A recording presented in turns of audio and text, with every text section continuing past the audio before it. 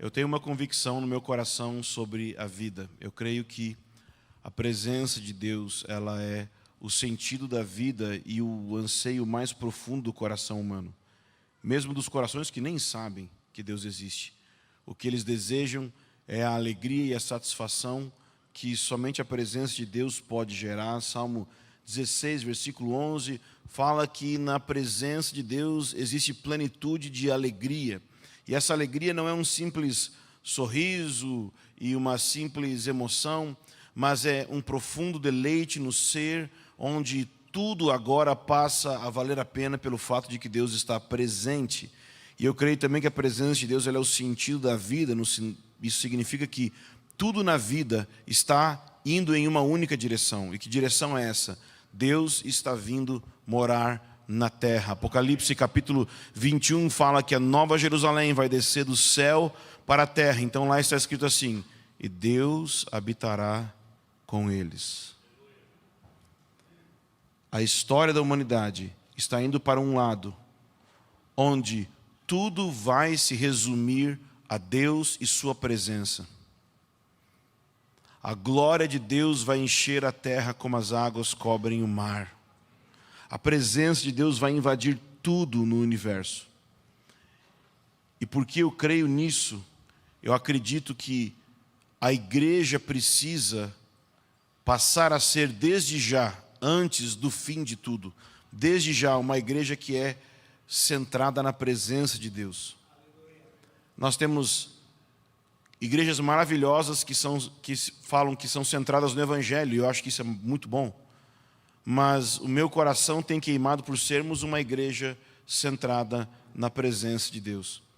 E por isso, a minha palavra hoje aqui é uma palavra para tentar cooperar com aquilo que vocês já estão vivendo aqui como igreja, em relação à oração. Eu quero falar hoje sobre o valor de usarmos orações bíblicas, ok? Essa é a minha mensagem, o valor de usarmos as orações bíblicas.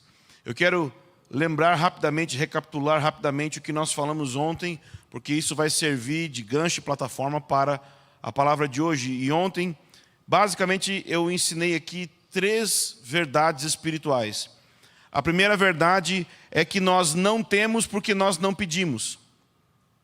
Ou seja, na nossa vida, Deus estabeleceu um princípio que é: Ele vai agir na sua vida na medida que você ora.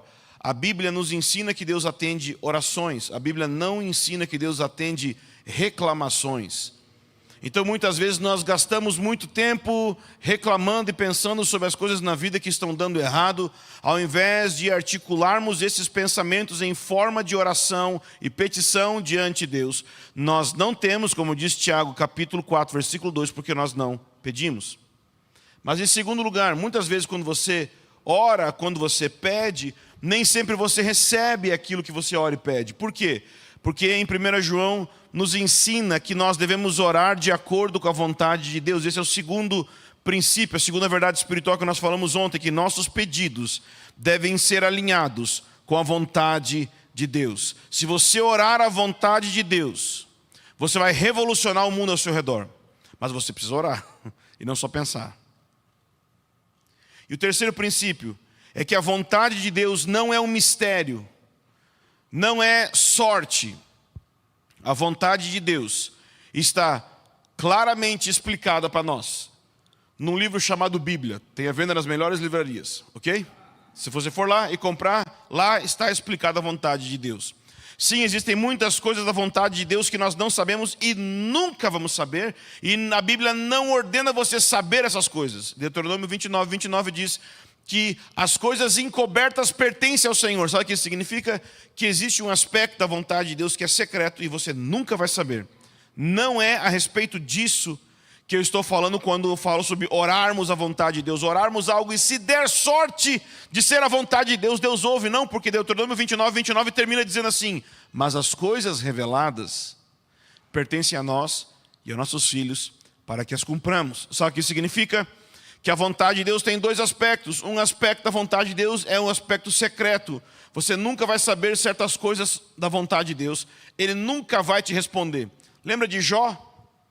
Jó perguntou para Deus, por que isso, por que aquilo, por que aquele outro? Deus respondeu para Jó? Não, Deus só apareceu. Você não precisa de respostas, você precisa dele. Se ele vem, tá bom, tranquilo. Me arrependo, não põe na cinza. Então o que você precisa? Você pode mudar o mundo ao seu redor, você pode mudar a sua família, você pode mudar a sua casa, você pode revolucionar o seu bairro, a sua cidade, se, em primeiro lugar, você para de reclamar e começa a orar. 2, se quando você ora à vontade de Deus. 3, a vontade de Deus está na Bíblia, não é uma coisa mística que eu vou receber por um sonho, por uma profecia, por um sentimento. Está na Bíblia. E hoje eu quero te mostrar uma série de cheques em branco do céu, que se você assinar, se você usar, Deus está assinado por Deus, você pode colocar eles em relação ao seu bairro, você pode colocar eles em relação à sua vida. Eu quero te mostrar, para iniciar essa palavra, uma série de orações que são à vontade de Deus e que se você orar, certamente Deus vai responder. Quem aqui gostaria de ter orações respondidas, hein? Eu quero muito isso. Por isso eu quero orar as orações da Bíblia. Por quê? Quantos aqui acreditam que a Bíblia é a palavra de Deus, amém?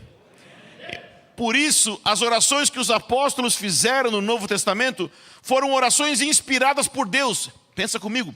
Deus ensinou eles a oração que eles deveriam fazer. É uma oração autorizada por Deus. Então, no fim das contas, orar é simplesmente dizer para Deus aquilo que Deus já nos disse para dizer para Ele. Não é difícil, é muito fácil. Não é meu Deus, eu tenho que ser muito espiritual para orar. Não, você abre a Bíblia e você olha as orações da Bíblia e você repete as orações da Bíblia para Deus. Pode ser até lendo em voz alta. Está valendo igual. Porque não importa a força de quem ora, mas é a força de quem está recebendo a oração, Deus. A glória não pertence ao intercessor, a glória não pertence ao adorador, a glória pertence àquele que é adorado e recebe nossas orações.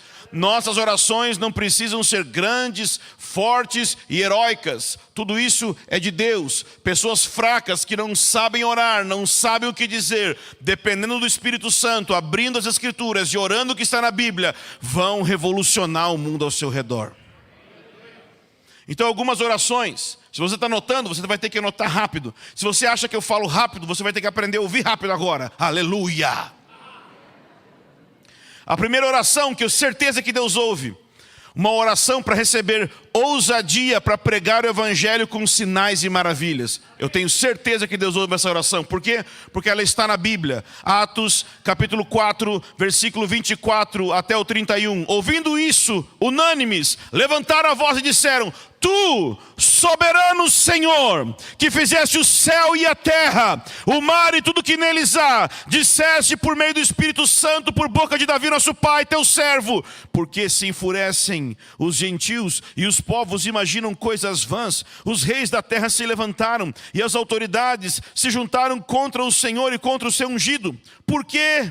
De fato, nessa cidade, Herodes, Pôncio Pilatos, com os gentios e gente de Israel, se juntaram contra teu santo servo Jesus, a quem ungiste, para fazerem tudo que tua mão e teu propósito predeterminaram. Agora, você pode pegar só essa parte aqui que já começa quente.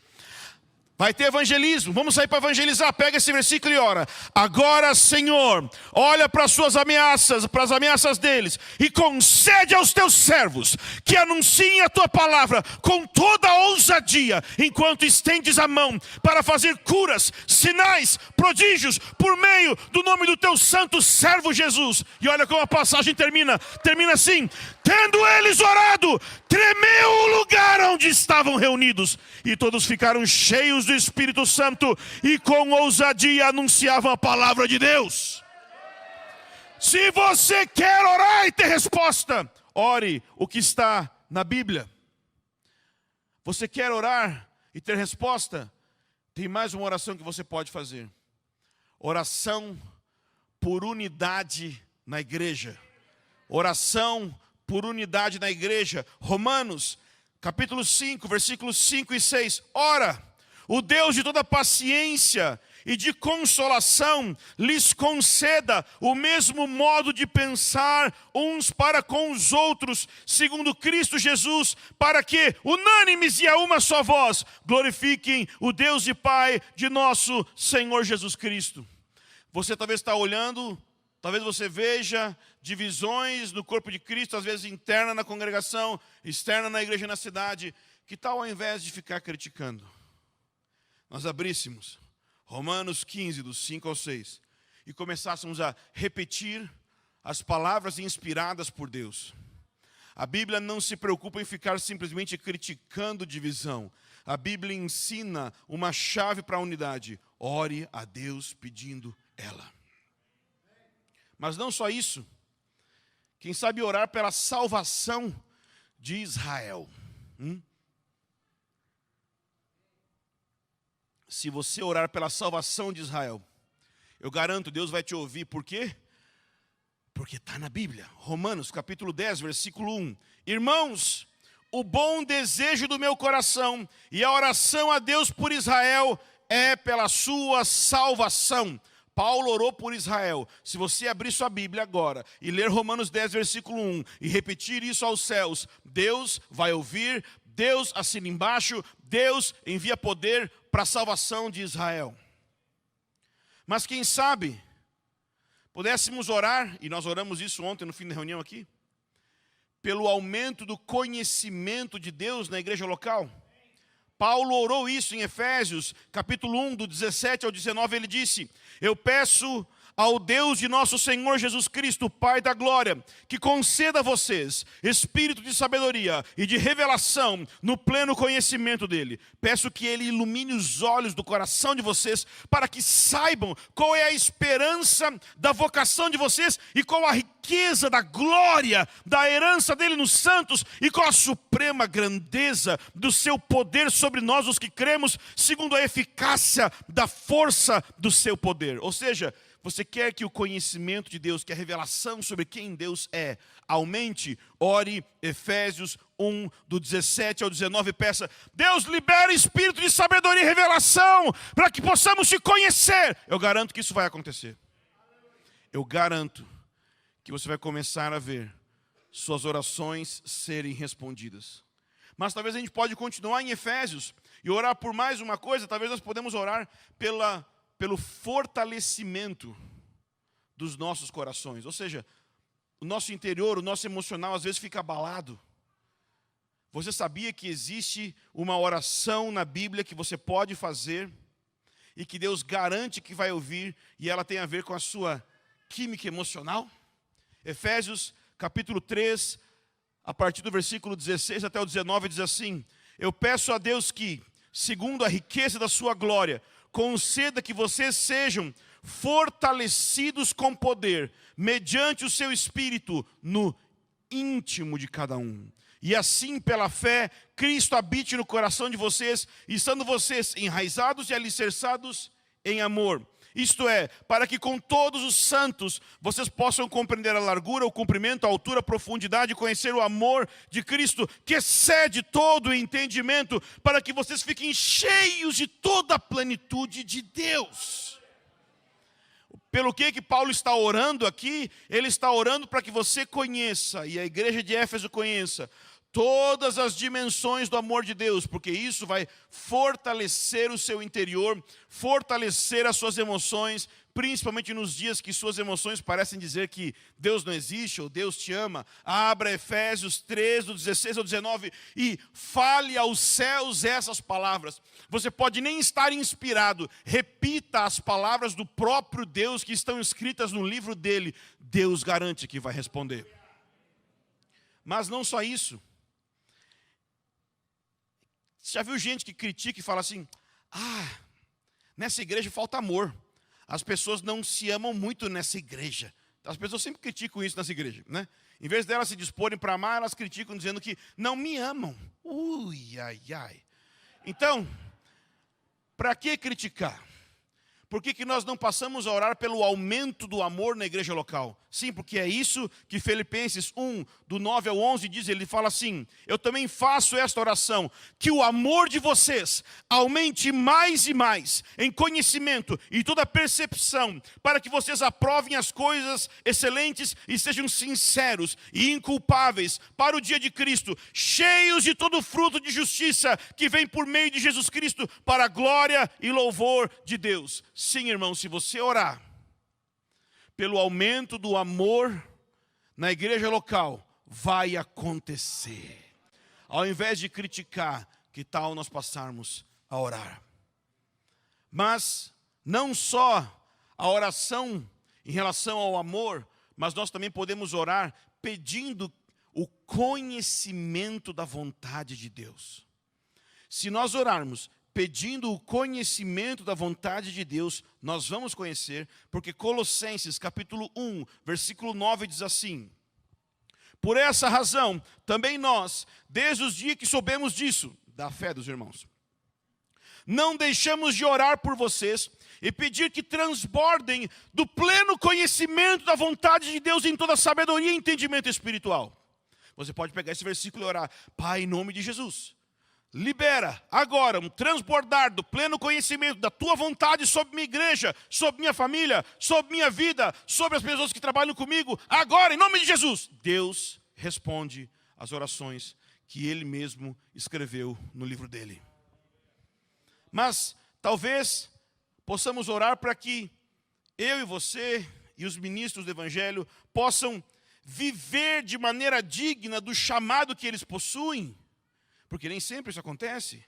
Então nós abrimos a Bíblia em 2 Tessalonicenses capítulo 1, do versículo 11 ao 12, e nós oramos dizendo assim: por isso também não cessamos de orar por vocês, pedindo que o nosso Deus os torne dignos da sua vocação e cumpra com poder todo o propósito de bondade e obra de fé, a fim de que o nome do nosso Senhor Jesus seja glorificado em vocês e vocês sejam glorificados nele, segundo a graça de nosso Deus e do Senhor Jesus Cristo. Irmãos, essas são somente algumas orações que eu chamo de orações apostólicas, as orações que os apóstolos fizeram nas Escrituras. Mesmo Jesus era um apóstolo. Hebreus 13, versículo 1, diz que Jesus é o apóstolo, o sumo sacerdote da nossa confissão. Então, todo o Novo Testamento ele tem essa mentalidade apostólica, essa unção apostólica no seu escrito. E essas orações são orações apostólicas, são as orações que são autorizadas e autoritativas. Se você ora essas orações, você certamente vai revolucionar sua vida, sua família, sua casa, sua cidade, o seu bairro. Mas quais são as características dessas orações? Eu falei um pouco ontem e eu achei importante falar elas de novo.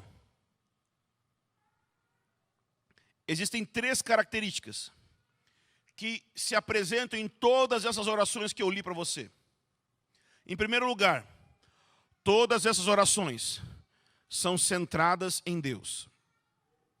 O que isso significa? Não há nenhuma oração no Novo Testamento direcionada a demônios. Pausa para pensar, porque você ouve pessoas orando aos demônios bastante tempo, né? Espírito tal, demônio tal, agora. Eu dou uma ordem, então. Não tem nenhuma oração na Bíblia assim. A única vez, ou as únicas vezes, que demônios são repreendidos no Novo Testamento, são quando eles estão dentro de pessoas. Então sim, óbvio, os apóstolos de Jesus e a igreja impunham as mãos, orava, declarava, determinava, e os demônios e os espíritos saíam de dentro das pessoas. Mas você não tem nenhuma oração do apóstolo Paulo repreendendo a Diana dos Efésios, repreendendo agora toda... E assim, deixa eu dar uma dica para vocês. Vocês querem ganhar bastante gente para Jesus nessa cidade? Vocês querem ganhar pessoas de tudo que é lugar? De tudo que é linha? Então para de falar que demônio é Zé Pilintra. E para de falar que demônio é Mané Mulambo, porque são entidades das religiões afro, e quando você associa o nome deles aos demônios, por mais que você creia que é isso, mas eu quero que você se coloque no lugar da pessoa que é de uma outra religião. Vai ser mais difícil ganhar ela para Jesus. Não está na... Porque tu já viu alguém repreender o espírito de Thor? Por que ninguém repreende os deuses nórdicos, só os deuses africanos? Por que se é África, se a pele é mais escura, é demônio? E por que se é nórdico, o cabelo loiro, Thor, é de Deus, é da Marvel e a gente curte? Né? Para pensar. Estou dizendo que não existem espíritos malignos que atuam em outras religiões? Não. Isso existe. Tem demônio em tudo que é religião, incluindo na evangélica. E era melhor a gente expulsar os que habitam entre nós, inclusive aqueles que às vezes ocupam os púlpitos das igrejas, antes da gente ficar falando do centro de Candomblé da esquina. Ficou silêncio, mas eu não tenho problema. As orações apostólicas são centradas em Deus. Não são, é Deus que é o foco. Em palavras bem simples, o foco das orações do Novo Testamento nunca é para expulsar as trevas, sempre é para introduzir a luz. Não é uma oração tentando tirar com pá. Vamos tirar, se a luz estivesse desligada aqui, e a gente ficasse, sai trevas, sai agora trevas. Não é mais fácil apertar o interruptor e ligar a luz? Olha só, igual com Deus. A gente fica, sabe, envolto em tanta briga com o demônio. Gente, existe tanto demônio nas regiões celestiais, que se você for ter que descobrir o nome de cada um para repreender corretamente, agora todo espírito de Leviatã, cara, os caras estão repreendendo, eu já vi isso. As pessoas estão repreendendo Leviatã, tipo é um bicho, talvez até metafórico, da Bíblia, lá do passado. Mas o sujeito encasquetou, que ele queria ser bíblico nas entidades, aí ele pegou uma da Bíblia, Leviatã. Por que você não fala a oração do Pai Nosso? Livra-nos do mal, amém. Olha, botou tudo os demônios numa frase só. Inclusive tinha uma criança que tinha medo, filho de crente, tá ligado que o filho de crente não tem medo de bicho-papão. Ele tem medo de um outro bicho, né? Que chama Malamém. Conhece Malamém? É porque toda noite a avó do menino orava, livra-nos do Malamém. E aí ele tinha medo do Malamém, né? Que é essa entidade que os filhos de crente têm medo. Não é o bicho-papão. As orações, eu não sei porque eu faço essas coisas, eu acho que eu deveria trabalhar com stand-up comedy, mas eu não tenho tanta coragem assim. As orações apostólicas são centradas em Deus e não em demônios, não são de ficar repreendendo demônio. Em segundo lugar, as orações apostólicas sempre são positivas. Leia todas elas e você não vai encontrar uma oração, por exemplo, contra a divisão na igreja, mas sempre a favor da unidade. Você não vai encontrar nenhuma oração para Deus, sei lá, acaba com a corrupção. Já pensou se alguém orasse isso? Deus acaba com a corrupção no meio da igreja. Alguém que não sabe se tem ou não tem, vai pensar, tem corrupção? Onde tem corrupção? Quem é corrupto? Gente, tem que denunciar. Você já deu um problema grande ali na hora. Mas se você orar e falar, Senhor, aumenta a integridade no meio do teu povo, aumenta a santidade no meio do teu povo. Se ao invés de ficar orando, ó Deus, acaba com todo espírito de adultério agora. Por que você não ora assim? Senhor, aumenta a paixão pela fidelidade conjugal. Senhor, aumenta, Senhor, o anseio por cuidar da aliança do casamento. Eu garanto que é assim que a Bíblia se desenvolve. E, em terceiro lugar, as orações apostólicas da Bíblia são sempre pela igreja. Não é que você não possa orar pela cidade. Não é que jamais vai acontecer uma oração onde nós podemos repreender de alguma forma um principado se o Espírito Santo direcionar, e não como uma dieta regular da vida da igreja. A única oração no Novo Testamento que não é feita pela igreja é Romanos 10, versículo 1, que é uma oração pela salvação de Israel. Mas mesmo isso tem conexão com a igreja. Por que as orações do Novo Testamento são todas centradas na igreja? Porque se a igreja prova avivamento, o mundo prova transformação. É por isso que nós temos que ser estratégicos na nossa oração. Qual é o grande problema dessa cidade? Já para pensar? O grande problema dessa cidade é você. Por quê? Porque se você estivesse pegando fogo, essa cidade estava sendo salva. Você tem uma dívida com essa cidade. Dar a ela um encontro com a presença de Deus. Se nós estivéssemos pegando fogo para Jesus, almas estariam sendo salvas. Vidas estariam sendo transformadas. O problema não é o governo. O problema não são os pecados da cultura. O problema é, como dizia o Keith Green, o mundo dorme nas trevas e a igreja não luta, pois dorme na luz. Como pode ser tão morto depois de receber tanto? Não feche os seus olhos fingindo ser um cristão.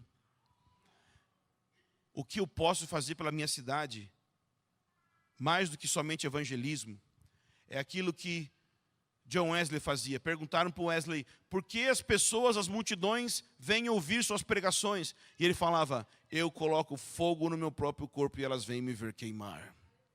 Eu descobri que a melhor maneira de que meus filhos sejam discipulados, a melhor maneira que minha igreja seja transformada, a melhor maneira que o meu bairro seja tocado, não é eu tentar descobrir estratégias para mudar as pessoas. É descobrir que se elas verem um pai, um pastor, um homem que tem fogo nos olhos, eles vão querer aquilo que eu tenho. O problema é que a gente pode inventar várias estratégias para substituir o fato que não tem fogo. E fogo é insubstituível.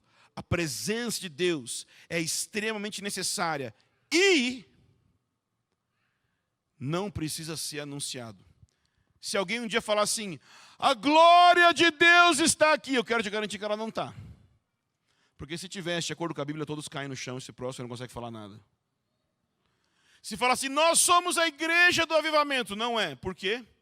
Porque não existe nada mais alto anunciado que o incêndio. Você não, se começasse a literalmente pegar fogo nesse prédio, ninguém precisaria fazer uma campanha de marketing dizendo, olha, está pegando fogo. Não. Todo mundo ia saber, porque o fogo é auto-anunciado, ele não precisa de propaganda. E uma das orações mais importantes da Bíblia, e mais importantes do Novo Testamento, é uma oração que vocês têm estudado aqui, que é a oração do Pai Nosso, é a mais famosa oração apostólica, onde o próprio Senhor Jesus nos ensina a orar, e Ele diz, Pai nosso que está no céu, santificado seja o teu nome, venha o teu reino, seja feita a tua vontade, assim na terra como no céu. O pão nosso de cada dia dá-nos hoje, perdoa as nossas dívidas, assim como nós também perdoamos os nossos devedores, e não nos deixes cair em tentação, mas livra-nos do mal, amém. Pois teu é o reino, o poder e a glória para sempre. Nessa oração aqui, meus irmãos, nós temos 6 pedidos. Os 3 primeiros pedidos têm a ver com a glória de Deus. E os 3 últimos pedidos têm a ver com o suprimento da nossa vida, vivendo para a glória de Deus. Então, na oração do Pai Nosso, os 3 primeiros pedidos, ele começa falando sobre santificado seja o teu nome. Que é uma frase estranha, né? Como que eu vou santificar? Porque santificar parece assim, tornar santo. Mas Deus já é santo.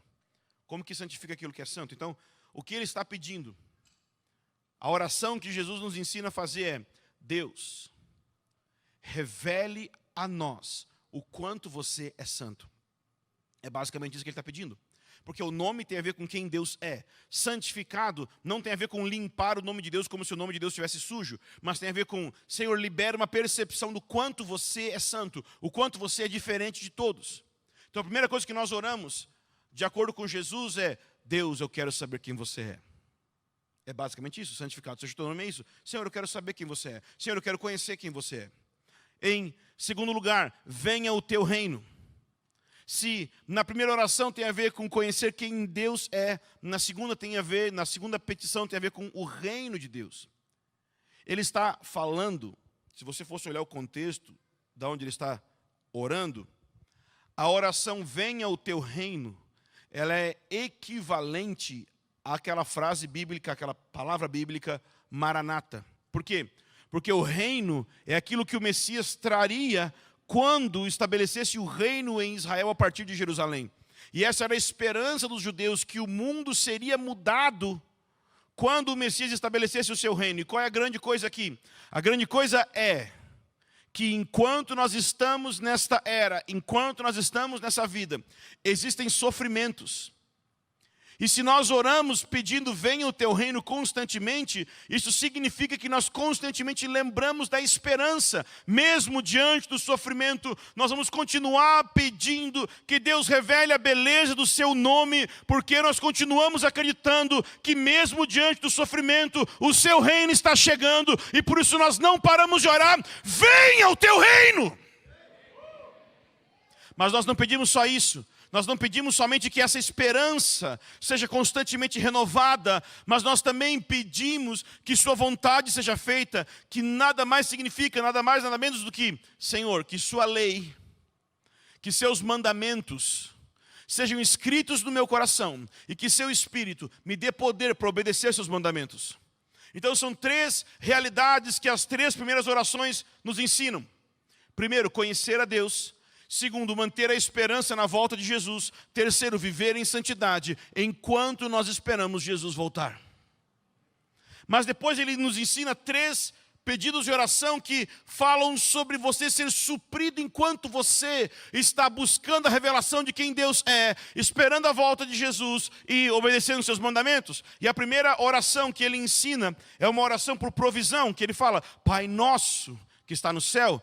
Ele vai pedir o pão nosso de cada dia. Dá-nos hoje. Eu já falei isso e vou repetir. Em outros lugares já falei e vou repetir aqui. Eu não gosto dessa oração. Pausa para pensar. Como que o pastor pode falar isso? Porque ela é pão, não é caviar. Ela é nosso, não é meu. E é de cada dia, não é do ano. Não gosto. Eu quero... Entendeu?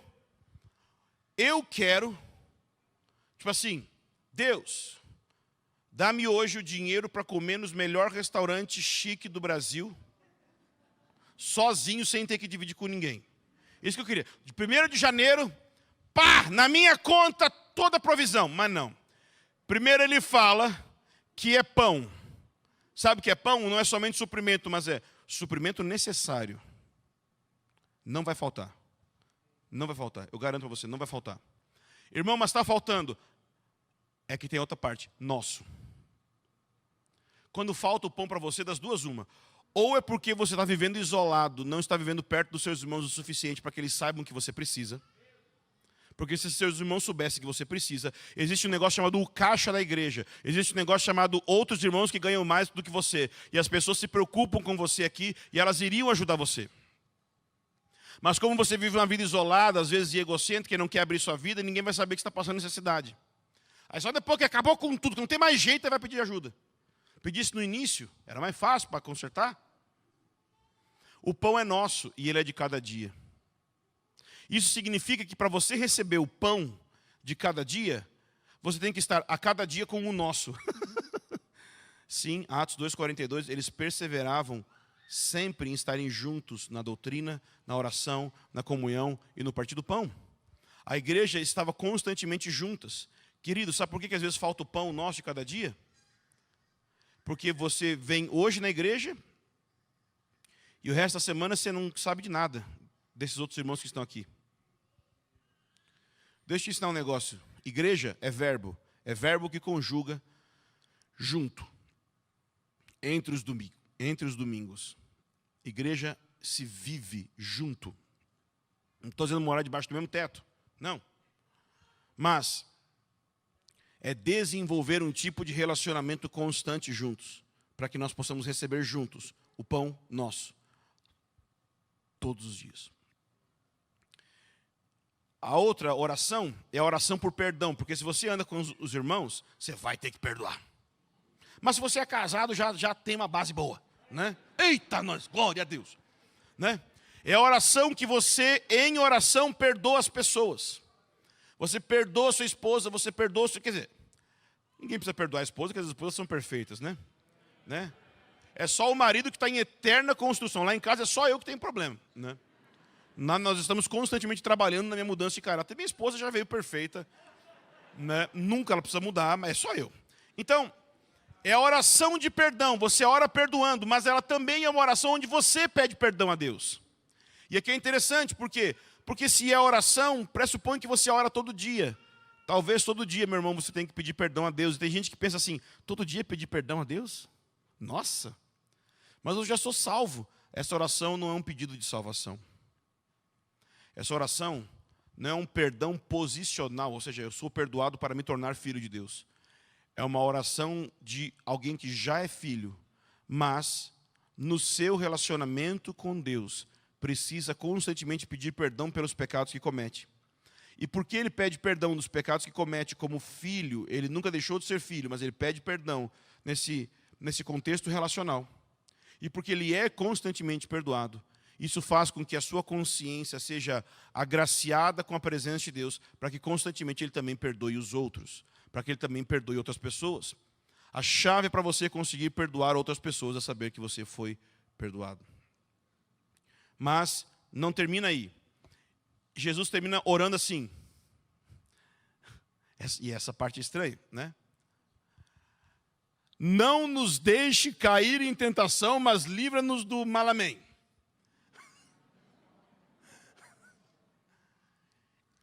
Não é estranho? Não nos deixe cair em tentação? Porque parece que deveria ser não nos deixe cair em pecado. Mas está falando não nos deixe cair em tentação. O original aqui está falando não nos conduz até um lugar de tentação. Mateus capítulo 4 mostra que Jesus foi conduzido ao deserto para ser tentado pelo diabo. Aqui em inglês é bem mais fácil de entender isso que ele fala, lead us not, não nos guie até a tentação. O que acontece? Essa tentação aqui não é aquela tentaçãozinha diária que você sofre. Essa tentação aqui é, por exemplo, como Jesus diz em Mateus 26, 41, vigiem e orem para que vocês não caiam em tentação, o espírito na verdade está pronto, mas a carne é fraca. Ou Lucas 21, do 31 ao 32, que diz, Simão, Simão, eis que Satanás pediu para te peneirar, para tocar a sua vida, para afetar você. Eu, porém, orei por você para que sua fé não desfaleça, e quando você voltar para mim, fortalece seus irmãos. Ou seja, você vai ter um problema grande, Pedro. Então, existem tentações que não são tentações normais do dia a dia. São grandes sofrimentos que nós passamos, que são portas para a gente abandonar a fé e apostatar da fé. E o que Jesus está ensinando aqui? Jesus está ensinando uma oração pré-tentação. É tipo assim, Deus, não envia ainda a aprovação, não. Segura mais um pouco, que eu tenho que me preparar mais. Me santifica, me transforma, muda o meu caráter, porque um dia, assim como veio para Jesus a tentação no deserto, vai chegar para você, eu garanto. Ela vem em vários momentos da vida. Aquele momento que a vida aperta e a gente sente que Deus não está com a gente. Mas Jesus está ensinando, eu quero que você aprenda a orar e preparar o seu espírito antes que esse dia chegue. Então são 3 orações pela provisão na nossa própria vida. É uma oração para que o Senhor libere provisão, literalmente falando, financeira, de sustento, mas também uma oração de perdão, onde nós recebemos perdão de Deus e perdoamos o nosso próximo, e também uma oração pré-tentação, uma oração que nos prepara para não entrarmos nesse lugar ainda, mas um dia o mundo inteiro vai passar por isso, inclusive a igreja. E eu queria encerrar agora, e quando um pastor fala isso, você sabe que é mentira, óbvio, né? O cara falando, já estamos nos caminhando para o fim, mais 40 minutos de... né? Quero terminar falando sobre oração e discipulado, porque no Pai Nosso, quando foi falado para mim, a gente queria que você falasse sobre o Pai Nosso. E eu falei pouco sobre o Pai Nosso, mas falei um pouco agora, não falei? O que mais me chamou a atenção no Pai Nosso não foi o Pai Nosso. Foi uma coisa que acontece um versículo antes do Pai Nosso. Em Lucas, e se você não abriu a Bíblia até agora, abre agora. Lucas 11, versículo 1, diz assim, Jesus estava orando em certo lugar, e quando terminou, um dos seus discípulos lhe pediu, Senhor, ensine-nos a orar, como também João ensinou os discípulos dele. Então os discípulos de Jesus viram que João Batista ensinou os seus discípulos a orar. Eles entenderam então que discipulado e oração tem ligação muito forte uma coisa com a outra. Um discipulador, ele ensina a maneira de relacionar com Deus. Mas aí, o que eu quero que você se questione é o seguinte: eles viram Jesus curando pessoas, eles viram Jesus pregando, eles viram Jesus ensinando, e eles não pediram: ensine-nos a pregar, ensine-nos a curar, ensine-nos qualquer coisa. Eles só pediram: ensine-nos a orar. Sabe por quê? Eu acredito que o motivo é porque eles sabiam que a fonte de tudo o que Jesus fazia, a autoridade de tudo que Jesus fazia, vinha da comunhão dele com Deus, e os discípulos viam isso. Porque o contexto aqui é: Jesus estava orando, e os discípulos viram que ele estava orando. Um discípulo precisa ver o seu discipulador orando. Um filho precisa ver o seu pai orando, sua mãe orando. O maior legado que você pode dar para o seu filho não é uma boa educação e um bom colégio, simplesmente. Isso é maravilhoso. Mas o que o seu filho mais precisa é de um pai pegando fogo por Jesus, uma mãe queimando por Jesus, porque eu garanto que de um jeito ou de outro você está errando com seu filho. Tá? Eu te garanto que de um jeito ou de outro você está acumulando dinheiro para algum psicólogo no futuro. Tá? Seu filho vai ter que se consultar e liberar perdão a você. Por quê? Porque você é um pecador. De um jeito ou de outro você vai errar com seus filhos. Mesmo o melhor pai não é Deus Pai. Então você não vai ter uma paternidade e uma maternidade perfeita, meu irmão, minha irmã. Mas se de tudo que você for acertar, se você focar principalmente em ser um tipo de pessoa que os seus filhos veem, apesar dos seus defeitos, eles podem falar: eu sei que papai e mamãe eram pessoas que amavam Jesus demais. Isso vai ser a melhor coisa que você pode dar de legado para os seus filhos. Agora pensa comigo, se imagine, se coloque aqui na situação.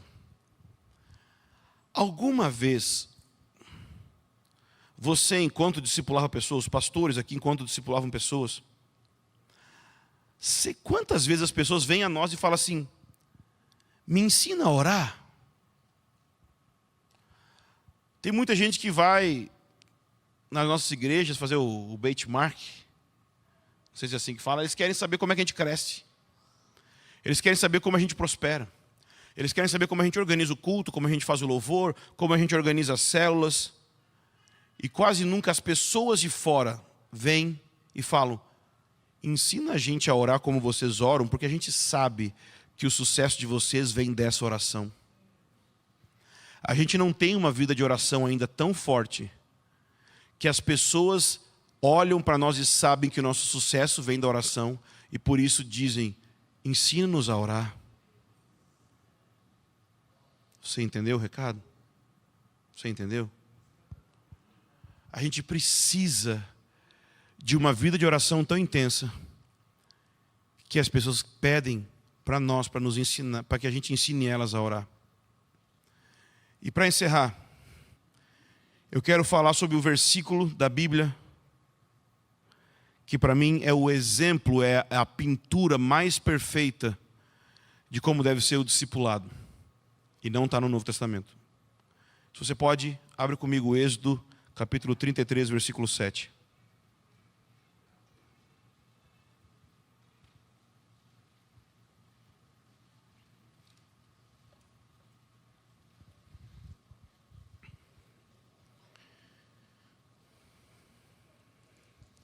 Êxodo 33, a partir do 7. Nós vamos ler mais versículos aí junto.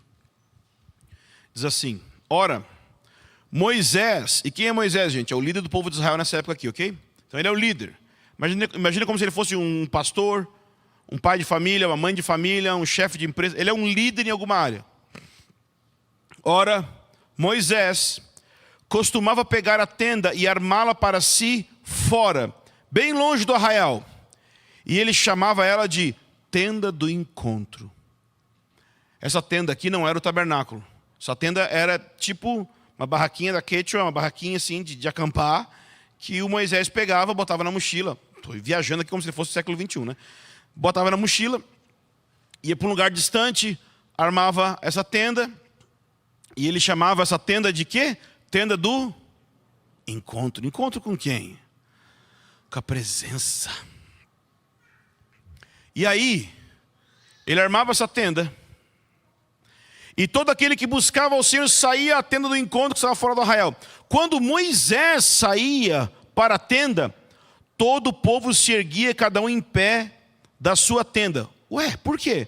Porque que quando Moisés estava indo armar a tenda dele para buscar Deus, todo o povo saía de casa, ficava na porta bisoiando para onde que Moisés estava indo. Porque acontecia algo. O povo ficava, seguia ele com os olhos até entrar na tenda. Quando Moisés entrava na tenda, o que acontecia? Descia a coluna de nuvem e punha-se à porta da tenda. E o Senhor falava com Moisés. Todo o povo via a coluna de nuvem que se detinha à porta da tenda. E todo o povo se levantava, e cada um à porta da sua tenda adorava o Senhor. O Senhor falava com Moisés face a face, como quem fala com o seu amigo. Qual é a questão aqui? O povo via que Moisés encontrava Deus. E é por isso que o povo obedecia e seguia Moisés. A autoridade de Moisés não era de quantos versículos ele repetia. Não era de quantos livros de teologia ele tinha lido. Não é de quanto tempo de trabalho ele tinha na obra. A autoridade de Moisés é porque Deus falava com ele face a face, como quem fala com um amigo. E o povo via a presença, como com os apóstolos, que diz que quando eles foram ordenados parar de pregar, os religiosos viram que eles haviam estado com Jesus. Eu quero sair afetado de um encontro com Jesus de tal forma, que as pessoas sabem. Você teve com o homem, né? Sim, por quê? É porque eu estou sentindo o perfume da sala do trono. Eu estou sentindo cheiro. Eu lembro, eu era novo convertido. Missionário João Marcos, missionário Joca, que já está com Jesus. Eu estava sentado no primeiro banco, era culto de quarta-feira, um culto que quase não via ninguém. Eu estava sentado no primeiro banco na igreja, e a igreja era bem comprida. E eu estou sentado aqui, assim, e de repente, eu começo a chorar. O que está acontecendo? Eu olhei para trás, era o missionário Joca entrando na igreja, e a presença de Deus entrando, e arrependimento pegando no meu coração. Eu tinha recém-convertido. Ele só entrou e eu comecei a sentir a presença. Eu nem vi ele, porque eu estava de costas. Mas como que esse versículo fala de discipulado? Porque ele termina dizendo assim, ó, depois Moisés voltava para o arraial, porque Moisés tinha que trabalhar. Porém, o moço Josué, seu auxiliar, filho de Num, não se afastava da tenda. O que a gente descobriu aqui? A nuvem descia, Moisés encontrava Deus, mas tinha um rapaz ali atrás olhando tudo. A glória de Deus e Josué atrás. Moisés saía, mas Josué ficava lá na presença. E quem é que foi escolhido para ser o sucessor dele?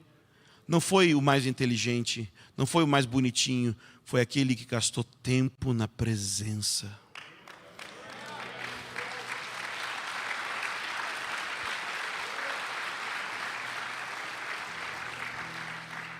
Eu quero que seja assim com os meus filhos, eu quero que seja assim com meus discípulos, eu quero que quando eu passar o bastão, a tocha de outro que vai liderar a minha congregação, a minha escolha não seja baseada em habilidade, seja baseada em intimidade.